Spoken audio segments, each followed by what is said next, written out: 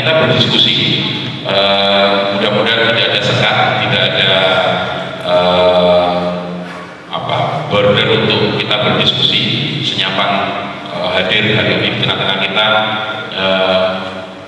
Beliau-beliau yang juga punya peran untuk mengambil kebijakan, gitu ya, mengambil kebijakan, dan mudah-mudahan ini bisa menjadi penyemangat kita.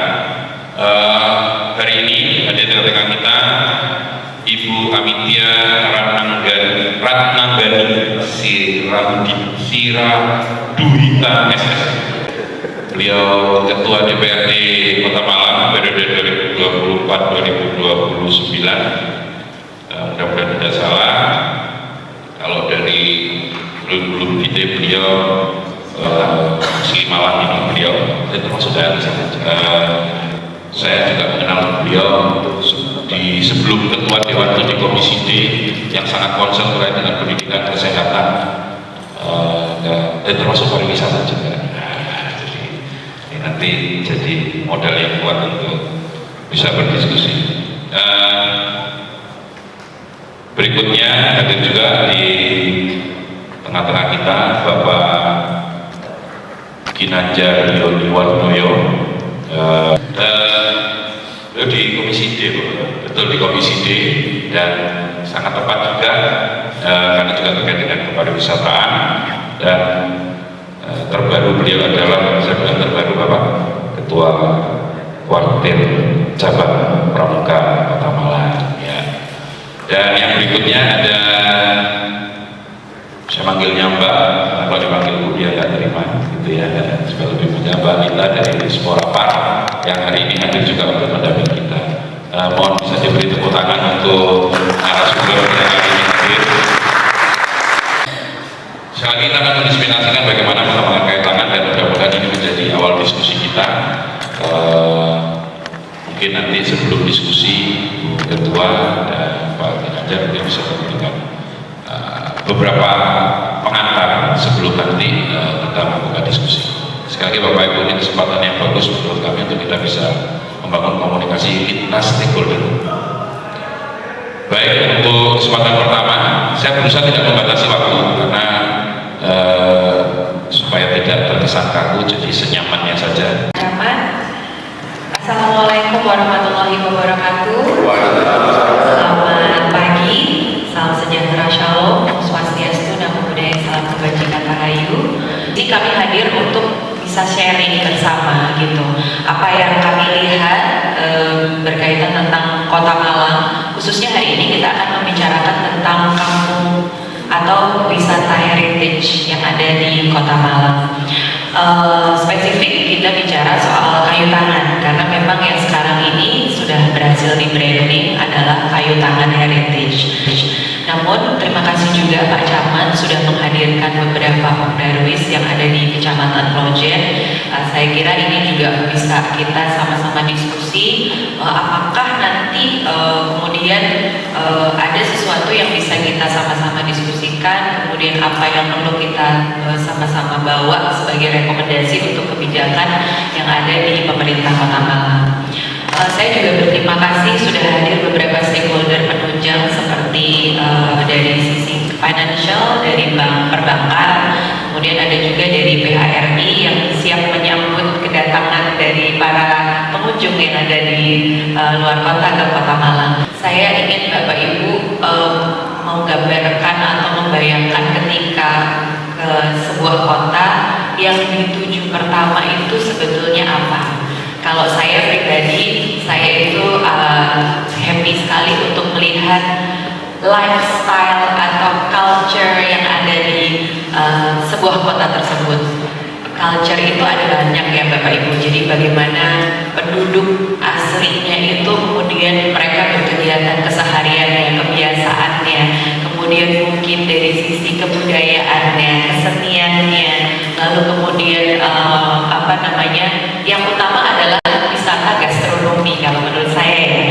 Jadi kuliner, cita rasa yang ada di daerah tersebut itu saya sangat penasaran apabila saya datang ke beberapa kota di Indonesia gitu. Jadi hal pertama yang saya tuju adalah kuliner, karena dari situ kita bisa melihat, cukup bisa melihat karakteristik Misalnya contoh, seperti di Jogja, Solo, dan sekitarnya, makanannya cenderung manis. Tergambar juga di dalam perilaku orang-orangnya yang mungkin lemah lembut gitu ya dalam penyampaian, kemudian lebih mengayun gitu bahasa-bahasanya gitu. Jadi bisa kita kemudian makanan atau kuliner itu resep, jadi menggambarkan apa yang ada di daerah itu. Nah, di beberapa kawasan di Indonesia itu banyak sekali yang mirip-mirip seperti di Kota Malang. Yang diangkat adalah heritage, karena bagaimanapun perjalanan Indonesia itu pastinya sejarahnya juga ada beberapa kawasan yang mungkin blending dengan penjajah yang membawa beberapa kebudayaannya, kemudian detailnya tentang seni lifestyle dan segala macam yang banyak kemudian tertuang di struktur bangunan atau infrastruktur gitu. Nah, di beberapa kawasan mungkin Bapak Ibu sempat ya datang ke kawasan yang heritage gitu. Biasanya turis itu akan datang di masa-masa yang mungkin adalah cocok untuk berlibur atau datang ke daerah itu. Pastinya itu adalah peak hour gitu ya, atau peak season gitu, crowded, rame gitu. Pasti ada dong rasa sebel ya, maksudnya kayak, saya udah jauh-jauh sana nggak bisa lihat apa-apa, cuma bisa lihat orang. Pernah nggak Bapak Ibu merasa kayak gitu? Sering ya gitu. Jadi saya juga nggak tahu nih sekarang di Kota Malang itu pengunjungnya rate 1 tahun itu berapa per tahunnya, yang kemudian kita breakdown menjadi per hari kurang lebih berapa, dan ada di titik mana aja, sehingga ketertumpukan para wisatawan itu akan mungkin menjadi sebuah tantangan untuk kita, challenge untuk kita, bagaimana kemudian tetap bisa membuat kawasan yang menjadi tujuan dari wisatawan itu tetap bisa dinikmati. Jadi nggak lihat orang, tetapi melihat kawasan itu gitu. Kalau ini kawasan juga mirip seperti heritage, kayu tangan heritage ya. Tapi di sini bedanya kita udah nggak lihat lagi ada parkiran di pinggir jalan gitu ya, udah nggak ada mobil lagi, purely memang pedestrian yang dikedepankan gitu. Oke, mungkin ada beberapa kendaraan, tapi tidak ada stop di pinggir-pinggir jalan. Ini lengang banget ya, di sebelah kiri bisa lihat itu ada bangunan-bangunan yang menjadi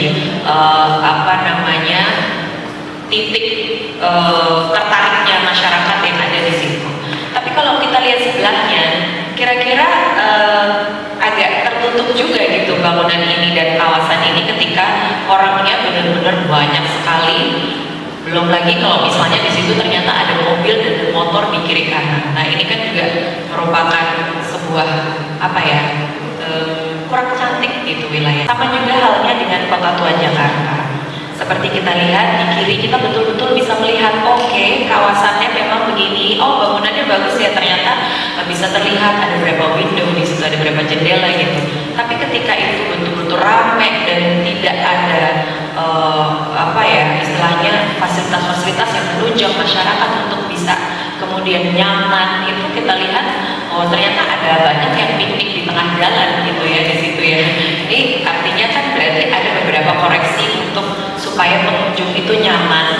Saya kira kawasan heritage yang ada di Kayu Tangan itu menurut saya secara pribadi masih bisa kita kembangkan, karena beberapa titik-titik yang masih punya nilai heritage itu cukup panjang sebenarnya dari Kayu Tangan. Ada yang utara, ada yang selatan. Nah, yang sangat berkembang saat ini adalah selatan, yang sangat crowded. Bahkan mungkin saya tidak tahu nih isi hati Bapak Ibu yang tinggal di sana udah mulai nggak nyaman nggak sih gitu. Nah, ini ada nggak rasa-rasa seperti itu gitu. Oke, memang kita bisa bilang bahwa pariwisata itu adalah membiayai pelestarian. Ya, itu memang nilai ekonomi yang kita bisa dapat dari situ. Tetapi jangan sampai pariwisata kemudian menghancurkan pelestarian. Nah, ini harapan kami ke depan, supaya Bapak Ibu juga masih bisa baik baik itu lifestyle Bapak Ibu yang ada di situ, bagaimana menghadapi hari ke hari, kesenian yang ada di situ, kuliner yang ada di situ, kemudian mungkin legenda-legenda yang ada di situ. Kemarin saya cobain apa tuh, ada warung kecil gitu ya, kayaknya warna kuning gitu, terus dia jualan sate gitu nggak sih? Ya, itu saya sempat cobain. Alangkah indahnya apabila gitu ya, sesuatu yang legenda kecil, tetapi apabila kita poles, justru kita tetap pertahankan legendanya di situ dengan situasinya yang oke, ini restoran yang benar-benar merintis. Nah ini kita berasa balik lagi ke rumah gitu, tapi berasa ini kayaknya saya lagi makan di rumah nih, tapi satenya enak banget. Nah itu akan menjadi satu daya tarik yang luar biasa menurut saya.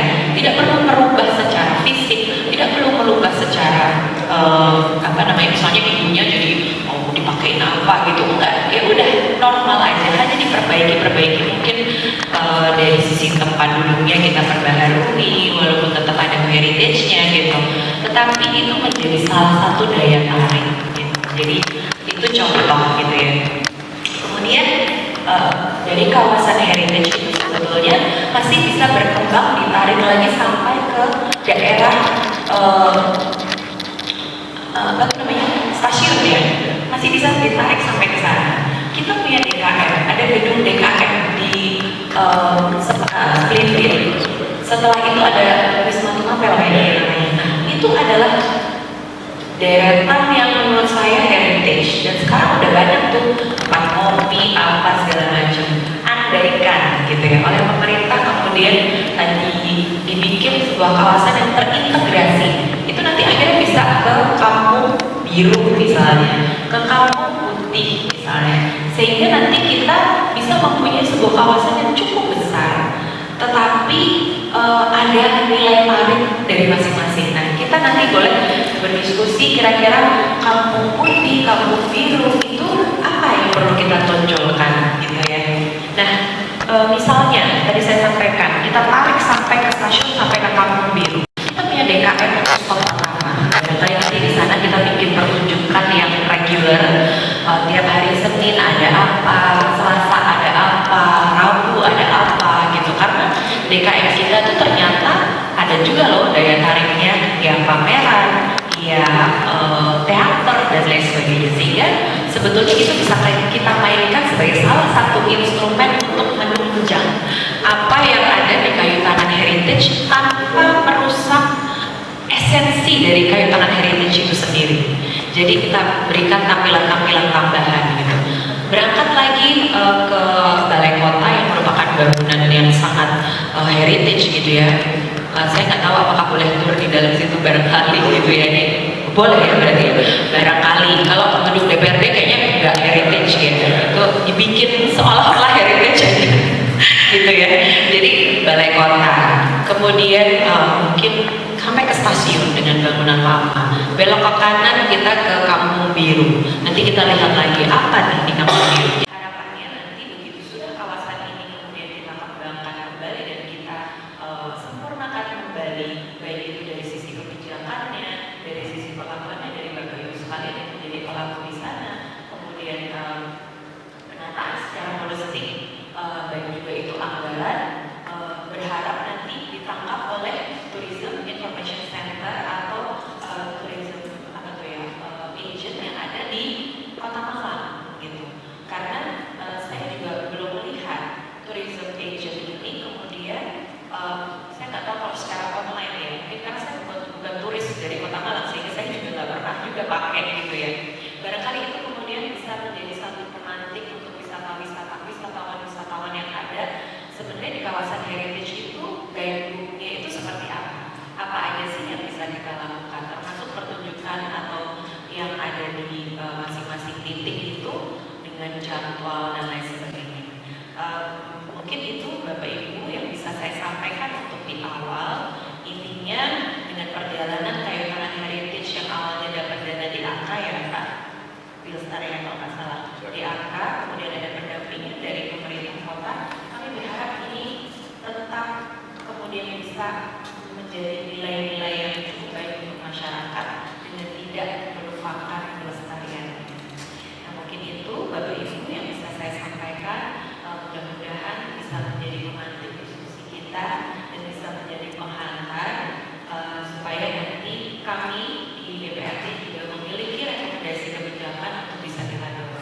yang terakhir